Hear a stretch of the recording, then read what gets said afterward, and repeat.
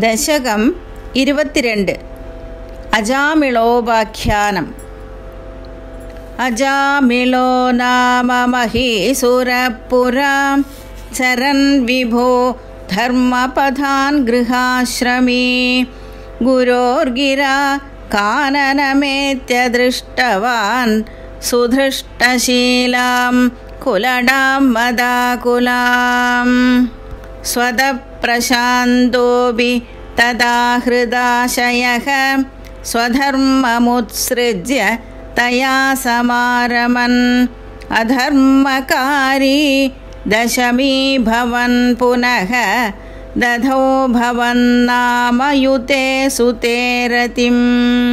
समृत्युकाले यमराजकिङ्करान्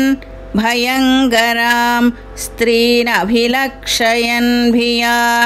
पुरामनाक् त्वत्स्मृतिवासनाबलाद् जुहाव नारायणनामकं सुतं दुराशयस्यापि तदा त्वनिर्गत त्वदीयनामाक्षरमात्रवैभवाद् पुरोभिपेदुर्भवदीयपार्षदाः चतुर्भुजा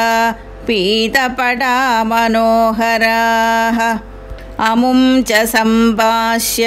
विकर्षदो भटान् विमुञ्चदेत्यारुरुदुर्बलादमी निवारितास्ते च भवज्जनैस्तदा तदीयपापं निखिलं न्यवेदयन् भवन्तु पापानि कथं तु निष्कृते कृते विभो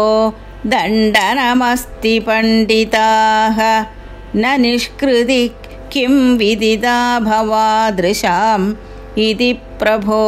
त्वत्पुरुषा बभाषिरे श्रुतिस्मृतिभ्यां विहिता व्रतादयः पुनन्ति पापं न लुनन्ति वासनाम् अनन्दसेवा तु निगृह्णन्ति द्वयीम् इति प्रभो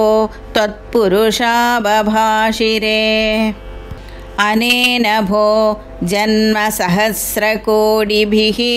कृतेषु पापेष्वपि निष्कृतिः कृता यदग्रहीन्नाम भयाकुलो हरेः इति प्रभो त्वत्पुरुषा बभाषिरे नृणामबुद्ध्यापि मुकुन्दकीर्तनं दहत्यघौघान् महिमास्य तादृशः यथाग्निरेधांसि यथौषधं गदान् इति प्रभो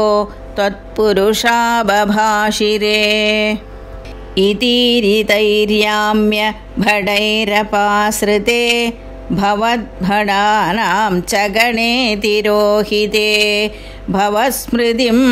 कञ्चन कालमाचरन् भवत्पदं प्राविभवद्भटैरसौ स्वकिङ्करावेदन शङ्कितो यमः त्वदङ्घ्रिभक्तेषु न गम्यतामिति स्वकीयवृत्त्यान् अशिशिक्षदुच्चकैः सदेव वातालयनाथ पाहि मां गोपिका जीवनस्मरणं गोविन्द गोविन्द